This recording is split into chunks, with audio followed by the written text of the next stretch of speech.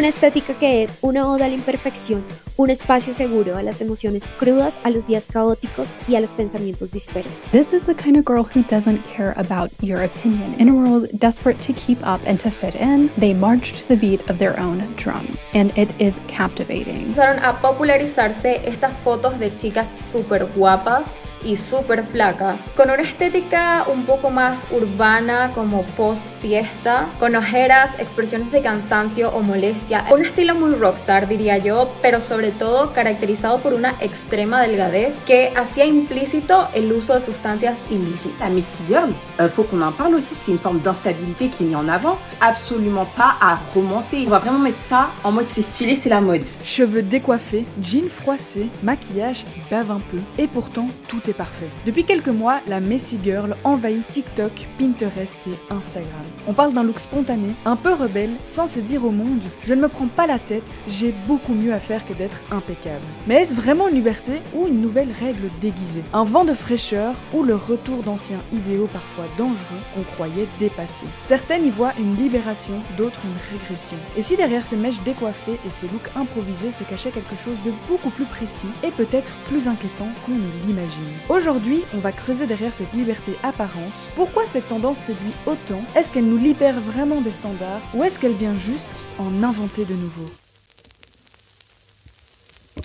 Bonjour les amis et bienvenue dans cette nouvelle vidéo, je suis trop contente de vous retrouver aujourd'hui pour ce nouveau sujet. Avant de commencer, n'oubliez pas, vous le savez, abonnez-vous, on atteint bientôt les 20 000 abonnés, c'est énorme. Merci pour toutes celles et ceux qui le feront. Et installez-vous bien confortablement, on est parti pour cette nouvelle trend, la Messy Girl. Cheveux encore humides, foulard noué à la va-vite, mascara un peu coulé, pantalon enfilé sans réfléchir, le Messy Girl a ce charme d'un matin où rien n'est calculé. Et c'est justement là qu'il séduit. Cette tendance est née en partie en réaction à la clean girl qu'on a déjà abordé plusieurs fois sur cette chaîne. La clean girl, en gros, c'est un style ultra lisse, popularisé extrêmement fort sur TikTok, mais aussi sur Instagram. C'est une tendance qui est directement inspirée de certaines personnalités. Donc ça, je vous invite vraiment à aller voir ma vidéo. Mais pour faire court, c'est inspiré de personnalités comme par exemple Hailey Bieber, encore Selena Gomez, Kendall Jenner. Ce sont des cheveux parfaitement plaqués, un teint glowy, des vêtements neutres, impeccablement repassés, une déco de fond irréprochable. La clean girl incarne une version très contrôlée et sans défaut du quotidien. C'est aussi la personne qui va être capable d'avoir une hygiène de vie irréprochable, d'aller au sport, d'avoir une maison super clean, d'être hyper propre, etc., etc. C'est une tendance qui a fait énormément parler puisque très vite les gens se sont rendus compte que ça mettait une grosse pression, surtout sur les femmes. Une pression, une tendance, une image qui va vraiment tout contrôler jusqu'à votre manière de faire, de parler, de se tenir, de s'habiller, etc., etc. Et le problème, c'est que derrière ça, c'est aussi des heures et des heures de préparation, ça peut parfois être très coûteux. Et c'est clairement aussi une tendance qui exclut toutes celles et ceux qui ne rentrent pas dans cette catégorie de personnes. En d'autres mots, c'est une véritable pression esthétique qui fait genre que c'est super simple, alors qu'en fait, elle contrôle absolument tout. Et ben les gens en ont eu marre, les femmes surtout, et la Messy Girl a revu le jour, puisqu'en fait, c'est une tendance qui est pas si neuve que ça. Je dis bien revenu car ce style n'est pas totalement nouveau. Dans les années 90 et les années 2000 déjà, les cheveux décoiffés façon bed hair et les looks un peu grunge revendiquaient une beauté plus désordonnée. À l'époque, on pouvait retrouver cette tendance sous le nom d'héroïne chic, mais attention, si le grunge ou l'effet bed hair a aujourd'hui une dimension rebelle, l'héroïne chic des années 90, elle flirtait avec la glorification des corps très minces, de mines fatiguées et de silhouettes abîmées. Ce n'était pas qu'un style, c'était aussi une esthétique dangereuse qui romantisait une forme de fragilité extrême. À l'époque, cette tendance mettait en avant un aspect malade, voire sous substance, d'où le terme héroïne chic. La Messy Girl aujourd'hui reprend certains de ces codes sous une version bien évidemment beaucoup plus édulcorée et plus instagrammable, mais peut frôler encore dangereusement avec les aspects si toxiques de la tendance héroïne chic d'il y a 20 ans. Aujourd'hui, la tendance se réinvente, portée par une génération qui se veut libérée de la perfection filtrée et montrer qu'un look peut être séduisant, même et surtout quand il n'est pas millimétré. En gros, ici, pas besoin de passer 3 heures devant le miroir le matin, ou de ranger soigneusement chaque petite chose sur le décor, ou sur le plan qui va être filmé, ou sur le plan qui va être montrer. En gros, l'idée est claire, c'est je vis, je bouge, et si c'est pas parfaitement fait, c'est que j'ai clairement autre chose à penser. C'est donc moins de pression, plus de place pour l'authenticité, et même si l'effet est parfois travaillé, l'ambiance qu'il dégage reste plus accessible, plus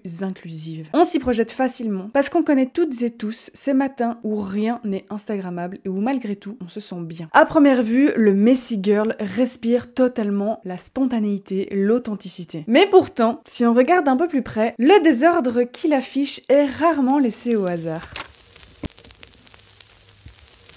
Bien sûr, certaines incarnations de la Messy Girl sont réellement spontanées. Cheveux vraiment pas coiffés, des vêtements sortis à la va-vite de son placard, bureau en bazar, etc., etc.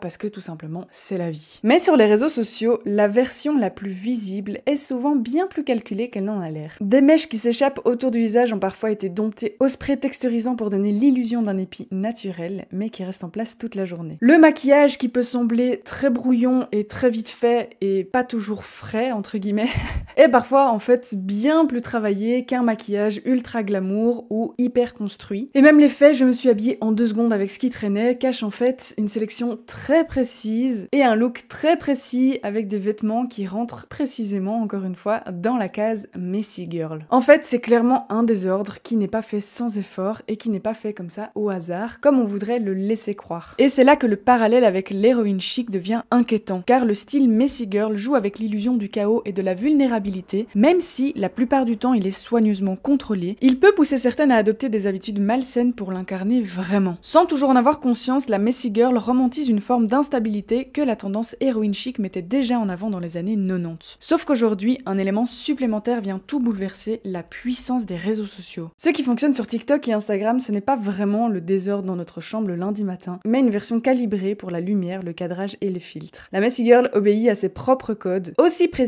que ceux de la Clean Girl, mais avec un semblant de liberté en plus. Et c'est bien là qu'est tout le paradoxe, puisque cette nouvelle tendance se veut être l'antidote de la Clean Girl, donc l'antidote de la perfection, tout en exigeant un effort méticuleux pour paraître sans effort. Et si finalement ce désordre-là n'était pas en fait une autre forme d'ordre ?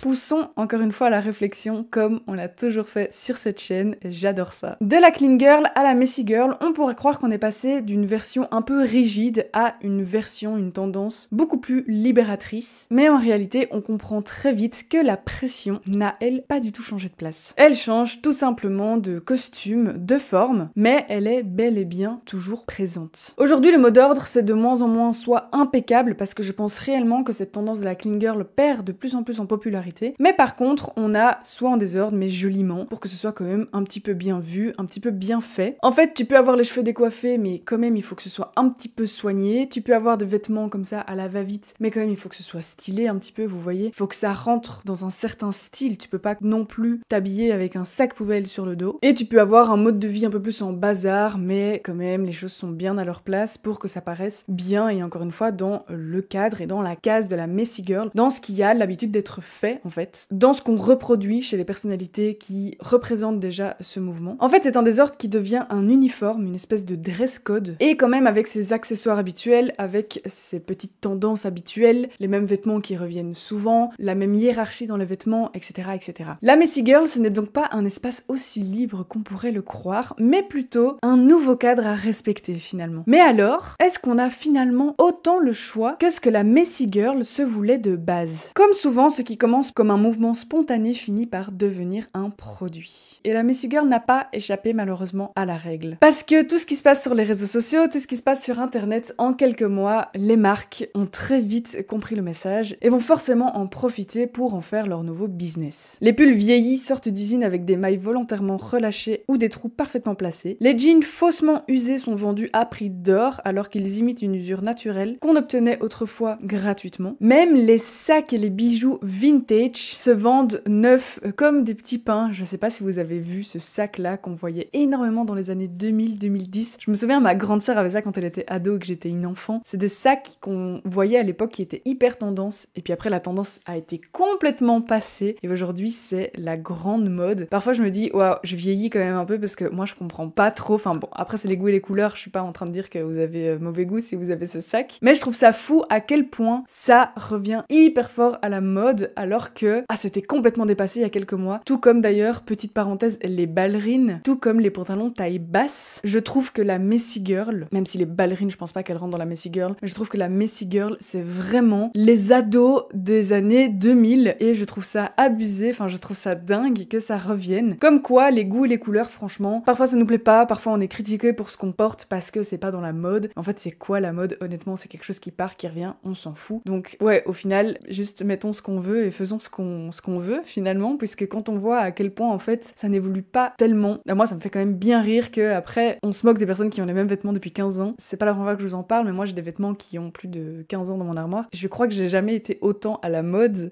C'est faux, c'est pas vrai, j'exagère beaucoup. Mais j'ai beaucoup de trucs qui étaient hyper fort critiqués dans mon armoire il y a quelques années et tout d'un coup aujourd'hui, pouf, c'est de nouveau la mode. Ça me fait vraiment rire parce que c'est comme les ballerines, genre maintenant que c'est à la mode, les gens trouvent ça beau. Genre, je comprends pas, mais bref. La messy girl s'inscrit hyper fort dans cette dynamique. Et le paradoxe dans tout ça, on achète des produits neufs et on copie des mises en scène pour imiter une allure qui, dans la vie réelle, ne coûte absolument rien. On dépense pour recréer le sans effort et parfois on le paye plus cher que la perfection elle-même. Quand je dis ça, je pense donc à toutes ces situations où la messy girl pousse à avoir un aspect un peu désinvolte et où donc tout ça est censé venir un peu du quotidien, un peu de ce qu'on retrouve en mode je m'en fous, je prends ce qui traîne. Alors qu'en fait c'est un style qui est complètement reconstitué de toutes pièces avec des produits et des moyens payants. On va par exemple aller acheter un pull un peu oversize, un peu usé, que les grandes marques vont vendre à 100-150 balles alors qu'on peut le retrouver facilement dans son armoire. Pareil pour les jeans, on recommence à acheter des jeans qui sont complètement usés, avec des trous partout, un peu délavés, alors que de base c'est quand même censé venir, encore une fois, du fin fond de notre armoire. Et puis même, il n'y a pas que les vêtements, c'est toute une allure, c'est toute une façon de faire, c'est tout un décor, où tout semble vraiment pas important et relativement simple, et on fait les choses avec des choses simples, alors qu'en fait c'est vraiment des produits marketing qui rentrent bien dans une case. Les magasins et les marques ont vraiment trouvé le bon filon, je pense. En gros, c'est vraiment payé pour fabriquer un désordre qui n'en est pas vraiment un, et il faut se l'avouer, ce contraste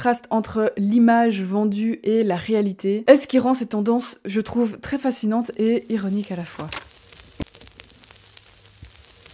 Alors je trouve que la tendance messy girl a un vrai mérite, celui de dire aux femmes, vous pouvez lâcher prise, sortez de cette case de clean girl, sortez de cette perfection et ne mettez plus autant de pression sur vos épaules. Mais je trouve ça vraiment dommage qu'on sorte d'une case pour rentrer dans une autre case et finalement qu'on sorte d'un endroit où on avait de la pression sur ses épaules à un autre endroit où on avait de la pression sur ses épaules. Et ce qui me semble encore plus problématique, c'est ce lien avec l'héroïne chic, parce que derrière l'image cool et poétique, on romantise une instabilité qui n'a rien de glamour. Moi personnellement, ça me parle énormément parce que je pense que quand j'étais plus jeune, je me rapprochais finalement de ce style messy girl, sauf qu'en réalité, je vivais un comportement extrêmement destructeur. Et à cette époque, je pensais que j'étais une petite rebelle, mais en fait, je n'étais pas si libre que ça, je n'étais pas stylée, j'étais simplement mal, très mal. Alors aujourd'hui, quand je vois ces tendances remises au goût du jour, parfois même valorisées comme un mode de vie, je trouve ça extrêmement dangereux. Cette instabilité, ce n'est pas du tout un look à copier, ce n'est pas une esthétique à normaliser, c'est une véritable souffrance qui peut détruire par effet de masse et même inconsciemment parfois sur les réseaux sociaux. C'est le genre de tendance qui peut influencer et qui peut conditionner quelqu'un à ne plus apprécier sa manière de faire parce que ce n'est plus la mode, parce que ce n'est pas bien vu, ou parce que ses copines et ses copains mettent toujours des choses en avant et dénigrent entre guillemets quelque chose qui n'est plus in, vous voyez. Et donc je pense que c'est très important de comprendre que aujourd'hui, si j'en parle, si je prends plaisir à déconstruire ce genre de choses, c'est juste pour faire comprendre que parfois il y a des personnes qui se mettent de la pression, mais parfois inconsciemment, parfois c'est des jeunes femmes, parfois des moins jeunes femmes, mais il faut juste garder à l'esprit que ce n'est pas un effet sur l'individu, c'est un effet de masse sur la société. Et bien souvent, les premières dans le viseur, ce sont les femmes ou les jeunes femmes à qui on dit pour exister, pour que dans un groupe tu sois apprécié, pour avoir ce sentiment d'appartenance, il est fortement conseillé de s'habiller comme ça, d'agir comme ça, de faire comme ça, d'acheter ce vêtement même si il coûte 150 balles parce que tu vas être bien vu, parce que c'est à la mode, parce que tu vas pouvoir faire ta petite photo sur Insta, parce que sur TikTok, les gens vont s'arrêter un peu plus sur ta vidéo, etc., etc. Je pense que c'est cool fait avoir conscience de tout ça. Et je pense aussi que c'est très important de développer un petit peu l'empathie qu'on peut avoir pour les autres, même si personnellement ça ne nous touche pas. Je trouve ça très intéressant d'étudier un petit peu en fait ce qui se passe sur les réseaux sociaux et la pression qu'on nous met toujours. Là, on nous mettait une pression sur les épaules concernant la clean girl. J'en parle dans beaucoup de vidéos parce que j'ai l'impression que la clean girl c'est quand même le point de départ de beaucoup de problématiques bizarrement. Et là, je trouve ça fou qu'on quitte vraiment ce truc en mode on en a marre de la clean girl, laissez-nous tranquille pour hop se remettre dans une autre case, vous voyez. Mais encore une fois, je suis pas en train de dire que c'est la faute d'un individu, d'une individu en particulier. Non, c'est vraiment tout un système qui continuellement entretient comme ça une pression pour qu'on soit bien dans la société, pour qu'on soit toujours au top, pour qu'on soit bien vu, pour que le message qu'on porte soit la dernière mise à jour qui est vraiment un bon message à porter et une mission à avoir, vous voyez. Genre ce truc de la messy girl, de aller chercher la liberté, se défaire d'une tendance complètement nulle qu'on nous a imposée, vous voyez, pour hop, se remettre dans une autre tendance. Et c'est juste ça que je trouvais très intéressant aujourd'hui, dans cette vidéo et par rapport à la messy girl, je trouve ça vraiment très cool. Enfin, très cool d'en parler.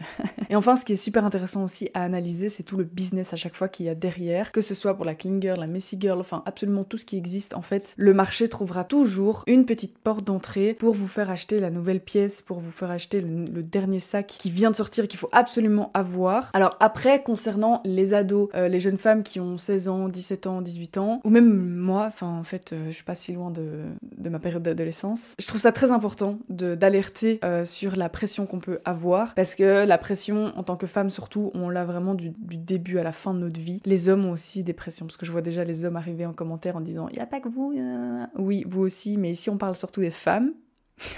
Je trouve ça très intéressant d'analyser ça, de mettre en avant ce problème qu'on vit depuis toujours et qu'on vivra encore, à mon avis, pour un petit temps, même si j'ai l'impression qu'on se révolte un peu par rapport à ça. Mais après, je pense que, voilà, on est tous et toutes passés par cette période adolescente, on a 16, 17 ans et on veut faire partie d'un groupe, avoir ce truc d'appartenance, avoir les vêtements qui passent bien dans la cour de récré, vous voyez, à l'école, à l'unif, etc., etc. Je pense que ça fait un peu partie de la quête personnelle de chacun et chacune. Donc je pense que, voilà, il faut pas non plus cracher là-dessus. Ça fait partie de notre petit bonhomme de chemin et c'est ok. Mais je trouve ça vraiment juste cool de se rappeler un petit peu la pression des réseaux sociaux surtout, parce que j'ai l'impression qu'avant c'était moins trash. Là, avec les réseaux sociaux, c'est de plus en plus trash. À chaque fois qu'il y a un truc, il faut vraiment aller au fond du sujet, il faut vraiment l'incarner, être hyper activiste, avoir une mission. Maintenant, c'est fini la clean girl, on va attaquer la messy girl, vous voyez. Dites-moi ce que vous en pensez. Est-ce que vous avez entendu parler de la messy girl? Je sais que c'est un truc assez récent qui vient d'arriver, je pense, ces derniers temps. Qu'est-ce que vous en pensez? Est-ce que vous trouvez que c'est bien? Est-ce que vous trouvez qu'il y a beaucoup de positifs et que c'est quelque chose un peu de libérateur pour les femmes et les jeunes femmes? Ou est-ce que vous pensez que c'est encore un peu comme moi, une petite case où enfermer les femmes qui sortent de la clean girl pour sauter les deux pieds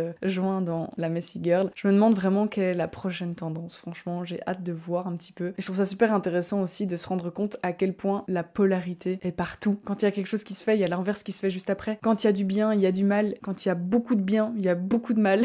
Et je trouve que ça va toujours de pair et que c'est un peu l'équilibre de la vie finalement. Purée, c'est très philosophe ce que je suis en train de dire. Dites-moi ce que vous en pensez. N'oubliez surtout pas de vous abonner. Et nous, on se retrouve bientôt pour une nouvelle vidéo. À très bientôt pour de nouvelles aventures. Ciao!